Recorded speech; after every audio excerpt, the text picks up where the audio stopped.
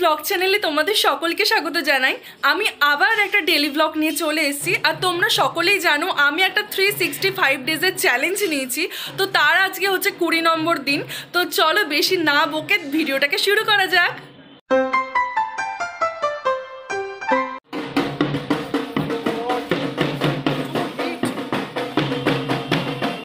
এইমাত্র দেখলে তোমাদেরকে ঢাকের আওয়াজ শুনে আমি যেই বাইরে গেলাম, তো ঠাকুর নিয়ে ঢাক নিয়ে এসছিল। তো চলো তো ভিডিওটাকে এখন এগোনো যাক। হ্যাঁ, কি হয়েছে? আবার তোর ফোন থেকে একবার মোবাইলের সার্ভিস সেন্টারে এমআই সার্ভিস সেন্টারে ফোন করতে হবে। কেন, কি হলো? মায়ের ফোনটা আবার গেছে। মায়ের ফোনটা আবার গেছে? হ্যাঁ। চার্জ নিচ্ছে না? না। কিছু মাস আগেই তোমরা ব্যাটারিটা চেঞ্জ করে নিয়ে এলাম। কিছু মাস আগেই চেঞ্জ করা হয়েছিল, কিন্তু আবার কোকাচ্ছে। আর ইয়ার চার্জ নিতে চাই, মানে চার্জ নিচ্ছে, 0% হয়ে যাচ্ছে ফোনটার চার্জটা। চার্জ দিচ্ছি তো 4 ঘন্টা পর 1% হচ্ছে। 4 ঘন্টা পর 1%? 4 ঘন্টা পর 1% হচ্ছে? মানে তোর ফোনের ময়ে ময়ে আর সামনের মাসে তোর ময়ে ময়ে। যাই হোক, আর তাহলে ওই কাগজটা খুঁজে পেয়েছিস যে বিলটাতে?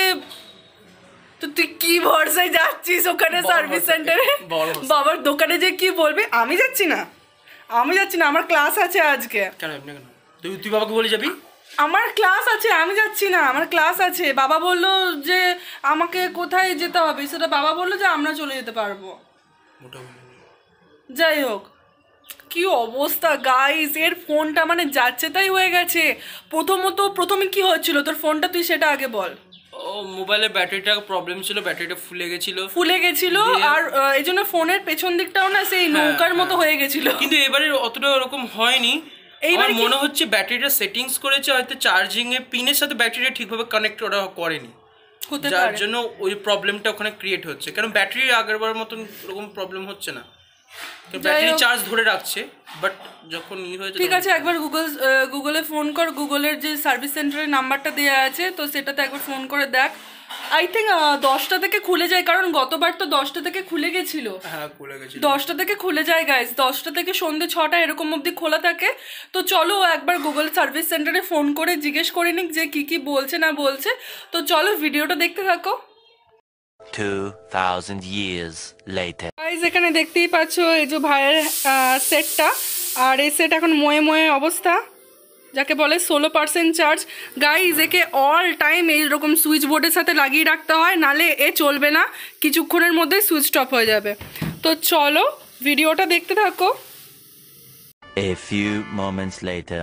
গাইস, এখানে দেখো মায়ের পুজোর কত শাড়ি একদম পুরো রেডি। মায়ের এই একটা শাড়ি, এই একটা শাড়ি, এই একটা শাড়ি। এটা তো মাকে দিদি দিয়েছে। দিদিদের বাড়িতে যে পুজো হয়েছিল উদয়স্ত নাম, সেখানে দিদি আর মা, মানে দিদি মায়ের জন্য এই সেম টাইপের শাড়ি নিয়েছে, দিদিও এই সেম টাইপের শাড়ি নিয়েছে। ও পরেছিল পুজোতে, কিন্তু মা পরেনি। এটা হচ্ছে এই যে নিচের এটা পোর্শনটা, মানে লালেতে সাদাতে। আর এটা একটা শাড়ি, আর এটা একটা শাড়ি। এই শাড়িটাও খুব সুন্দর। মাকে আমি বলেছি মা তুমি আমাকে একটু দিও, পুজোতে আমি পরবো। তো চলো ভিডিওটা দেখতে থাকো। আমি ঠিক করেছি এই শাড়িটা পুজোতে পরবো, তোমাদেরকে একটু আগেই বললাম। তাই আমি একটু গায়ে পেয়ে দেখছিলাম যে কেমন দেখতে লাগছে। তো ভাই এখন রেডি হবে, কারণ ফোনটাকে নিয়ে বেরোবে, বাবা যাবে ভাইয়ের সাথে। আর আমি তাই ওদেরকে বললাম যে ফার্স্ট আওয়ারে যা, তাহলে তাড়াতাড়ি কাজ হয়ে যাবে। কারণ ওরা যাওয়ার পরই বলে যে 1 থেকে 1.5 ঘন্টা দিন, তারপরেই ওনাদের কাজটা হয়ে যাবে। তো তাই ভাইকে বললাম। তো বাবা একটু গাড়িটা পাম্প করাতে গেছে, গাড়ির পাম্পটা একটু কম আছে, তো গাড়ির পাম্পটা করে আসুক।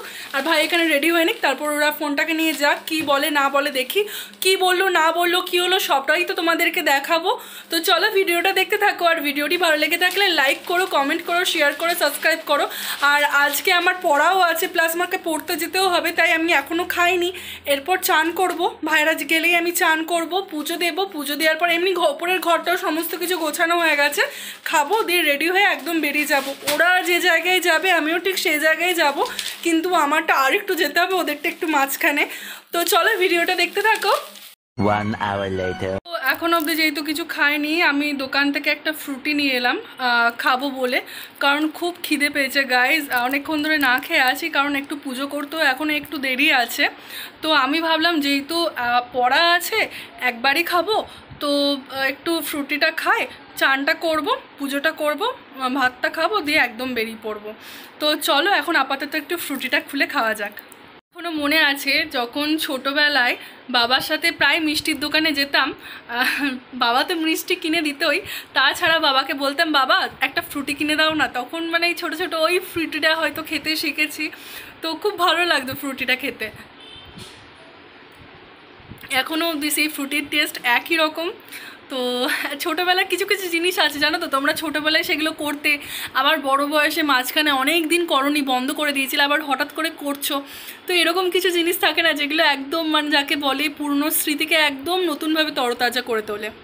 তো চলো ভিডিওটা দেখতে থাকো। Later. তো তোমাদেরকে বলেইছিলাম বাবা আর ভাই যাবে, এই যে বাবা গাড়িটা পাম্প করিয়ে নিয়ে চলে এসছে, স্কুটিটাকে পাম্প করিয়ে নিয়ে চলে এসছে, আর ভাই গাড়িটাকে আবার নামাচ্ছে নিচে। আর এখানে ওই যে তোমার পাই যে প্রজাপতি এখানে একটা কি সুন্দর পাড়া উড়ে বেড়াচ্ছে। এই কিছুদিন ধরে না আমাদের এখানে কিছু ফুলের গাছ আছে, ও দেখছি এখানেই থাকছে। তো আমাদের দেখে ভয় পাচ্ছে, দেখে আমি একটু দূরে চলে গেলাম, দিয়ে একটু জুম করে করে ওর ভিডিওটা যতটুকু নেওয়া যায়, যতটুকু ওর কাছ থেকে ভিডিওর শ্যুট করা যায় ততটুকু চেষ্টা করছিলাম। তো চলো ভিডিওটা দেখতে থাকো। Later. তো তখন প্রায় 12টার মতো বেজে গেছিলো, 12টা থেকে 12:30 মতো প্রায় বেজে গেছিলো, আর দেরিও হয়ে যাচ্ছিলো। এরপর আমাকেও বেরোতে হতো, খেয়ে দিয়ে চান করে রেডি হয়ে বেরোতে হতো, আর ওদেরও দেরি হয়ে যাচ্ছিলো। কারণ প্রায় যত দেরি করে যাবে ততই দেরি করে ওরা পাবে ফোনটা। তো এর জন্যই তাড়াতাড়ি করে বেরোচ্ছিলো ভাই, আর এখানে আমি একটু শ্যুট করতে করতেই পেছিয়ে আসছিলাম। তো চলো কিছুক্ষণ পর কথা হচ্ছে। 3 hours later. পড়ে চলে এসেছি, আর পড়ে চলে এসেই আমি ভাইয়ের প্রথম ফোনটার খোঁজ নিচ্ছিলাম। আর ফোনটা একদম পুরো ঠিক হয়ে গেছে যাকে বলে। ফোনের ব্যাটারিতে প্রবলেম ছিল না, আমরা ভাবছিলাম চার্জিং পয়েন্টটাতে প্রবলেম আছে, চার্জিং পয়েন্টেরও প্রবলেম ছিল না, প্রবলেম ছিল চার্জারটাতে। চার্জারটার জন্য মানে চার্জই হচ্ছিল না। ভাই আর বাবা দুজনে মিলে গেছিলো, তোমাদেরকে তো দেখালাম ওরা যখন বেরোচ্ছিল। তো কি হয়েছে বলছে যে ওদের চার্জার দিয়ে ভাইয়ের ফোনটা চার্জ করে রেখেছিল, কিছুক্ষণ রেখেছিল। তো তখন আধ ঘন্টার মধ্যে 40% এর বেশি চার্জ হয়ে গেছে। যখন আবার আমাদের চার্জারটা দিয়ে যখন আমার ফোনটা চার্জ করা হচ্ছে, তখন আধ ঘন্টা বসে 2%-এর ওপরও চার্জ ওঠেনি, মানে এমন অবস্থা গাইস। তো যাই হোক এখন ফোন ঠিক হয়ে গেছে। আর এই যে চার্জারের এটা কিনতে হয়েছে, ওটা সার্ভিস সেন্টারে আর পাওয়া যায়নি, এটা ওই চার্জারের দোকান থেকে কিনে আনতে হয়েছে। এটা অ্যাডাপ্টারটা আছে আর এটাতে কেবলটা আছে। তো যাই হোক ফোনটা ঠিক হয়ে গেছে, একটা রিলিফ হয়েছে। নাহলে ভাবছিলাম যে ফোনটাকে একদমই পুরো একটা মানে যে কন্ডিশনে ছিল, এই মুহূর্তে তো ফোন কেনা যেত না, কারণ সামনেই ভাইয়ের পরীক্ষার পর হয়তো ফোন কিনতাম, কিন্তু ততদিন হয়তো একটা পাওয়ার ব্যাঙ্ক কিনতে হতো, বা পাওয়ার ব্যাঙ্ক গুঁজে হয়তো এটার কাজ চালাতে হতো। যাই হোক এটা ঠিক হয়ে গেছে, এটাই একটা খুব ভালো আনন্দের খবর। তো আমি এই মাত্র এলাম, আর আমি জামা প্যান্টও ছাড়িনি, দেখেই বুঝতে পারছো ঘামছি, চোখ মুখের কী অবস্থা। আমি এসে ওকে জিজ্ঞেস করেছি কী রে ফোনটা কী হলো কি না হলো, সবটাই জানলাম। আর জানার পরেই আমি তোমাদের সাথে শেয়ার করলাম। মানে আমি ওয়েট করতে পারছিলাম না যে তোমাদেরকে কত দেরি করব, কখন জানাবো। এই জন্য আমি সঙ্গে সঙ্গে জামা প্যান্ট না ছেড়ে না ফ্রেশ হই আমি তোমাদেরকে বলতে শুরু করে দিয়েছি। তো চলো ভিডিওটা দেখতে থাকো, আর ভিডিওটি ভালো লেগে থাকলে লাইক করো, কমেন্ট করো, শেয়ার করো, অ্যান্ড সাবস্ক্রাইব করো। তোমরা তো সকলেই জানো 365 ডেজের চ্যালেঞ্জ চলছে, আর এটা কমপ্লিট করতেই হবে, আমাদেরকে একসাথে করতে হবে। আমার একার দ্বারা সম্ভব না, তোমাদের সবাইকে একসাথে আমার সাথে হেল্প করতে হবে, যেহেতু আমরা সবাই একটা ফ্যামিলি মেম্বার। তো তার জন্যই তো চলো ভিডিওটা দেখতে থাকো। 6টা বাজতে চলেছে আর আমি নিচে চলে এসেছি, আর এখানে আমার ভাই সবার জন্য চা করেছে, দুধ চা করেছিস তো? দুধ চা করেছে, আর এখানে আছে বিস্কুট। তো চলো সবাই মিলে বসে একটু জমিয়ে চা খাবো আর একটু গল্প করব। তারপর তো ভাই পড়তে বসে পড়বে, আর আমি আজকে অনেকদিন পর যেহেতু ভাইয়ের ফোনটা ঠিক হয়েছে, সেই আনন্দে আজকে ভাইয়ের ফোনে একটা মুভি ডাউনলোড করে দেবো, যেটা মা দেখবে। মা অনেকদিন ধরে বলছিল আমাকে একটা মুভি যে কোনো ডাউনলোড করে দে।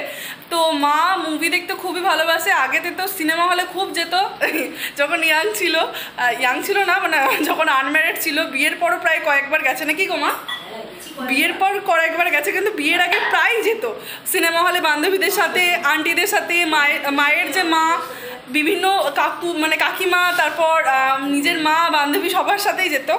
যাই হোক তো চলো এখন চাটা খাই, আর তারপর আজকে সন্ধ্যেবেলায় হবে মোমো। কথা বলতে দে। আজকে সন্ধ্যেবেলায় হবে মোমো, তার জন্য মা ময়দা মেখে নিয়েছে। আর ঘরের বাঁধাকপির তরকারি আছে যেটা দুপুরবেলায় খেয়েছিলাম। আজকে তো বাঁধাকপির তরকারি, পোস্ত, তারপরে কুমড়ো ডাঁটা দিয়ে তরকারি আর উচ্ছে দিয়ে মুগের ডাল করেছিল। তো সেই বাঁধাকপির তরকারিটাই মাকে কিছুটা রেখে দিতে বলেছিলাম। তো এখন ময়দা মেখে দিচ্ছে, ওটার মধ্যে বাঁধাকপির পুর দিয়ে দেবো আর একটু অল্প পরিমাণে বাদাম দিয়ে দেবো, বাস তাহলেই আমার বাঁধাকপির মোমো রেডি। দিয়ে চাটনি দিয়ে খেয়ে নেবো। তো চলো ভিডিওটা দেখতে থাকো। 3 hours later. সন্ধেবেলায় যখন আমি ওপর থেকে নামছি মোমোটা নামাবো বলে, তখন দেখছি এরকম ডেচকির ওপর একটা ঢাকা দেওয়া আছে। আমি তো ভাবছি হঠাৎ করে মা আগে মোমো না বানিয়ে জল ফুটতে বসিয়ে দিল। তারপরে দেখছি ও বাবা, মোমো পুরো রেডি। মা আমাকে বলেও নি, কারণ ভাই সন্ধেবেলায় টিফিন করতো। মাকে পরে জিজ্ঞেস করলাম যে মা আমি তো করতাম, তুমি কেন করলে? মা তখন বললো তোর ভাই তো টিফিন করতো আর তুই তোর একবারে রাতের ডিনার মতো করে খেতিস, আর তুই আসতিসও সে 8টা সাড়ে 8টার নিচে আসতিস না। তো আমি ভাবলাম আমি বানিনি, আমি বসেছিলাম। তো তারপর এখানে দেখলাম বাবা মিষ্টি এনেছে। তো মিষ্টির মধ্যে এই ছানার মিষ্টিটা আমার খুব ভালো লাগলো। বাদবাকি মিষ্টিগুলো আমি মোটামুটি খেয়েছি, কিন্তু এই ছানার মিষ্টিটা তার মধ্যে আমার সব থেকে বেশি ভালো লাগে, এই জন্য ওটাই আমি চুজ করলাম। আর এরপর সমস্ত খাবার নিয়ে চলেই আসছে। আর বাঁধাকপির মোমোটা জাস্ট এত নরম হয়েছিল যে কিছুই বলার নেই।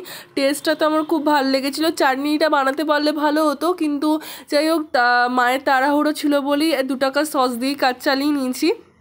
আর এখানে এই যে এটা ছিল আমার ওই দিন রাতের পুরো ডিনার। এরকম ডেলি ভ্লগ দেখতে হলে চ্যানেলটাকে প্লিজ সাবস্ক্রাইব করো। তোমরা প্লিজ পাশে থাকো, তোমরা না পাশে থাকলে চ্যানেলটাকে আমি এগিয়ে নিয়ে যেতে পারবো না, বিকজ তোমরা আমার ফ্যামিলি মেম্বার। সুতরাং আমার ফ্যামিলিতে ডেলি আমার লাইফে যা ঘটে থাকে আমি সমস্তটা তোমাদের সাথে শেয়ার করি। আর প্লিজ তোমরা সাপোর্ট করো, প্লিজ লাইক করো, কমেন্ট করো, শেয়ার করো। আজকের মতো বাই, দেখা হচ্ছে কালকে।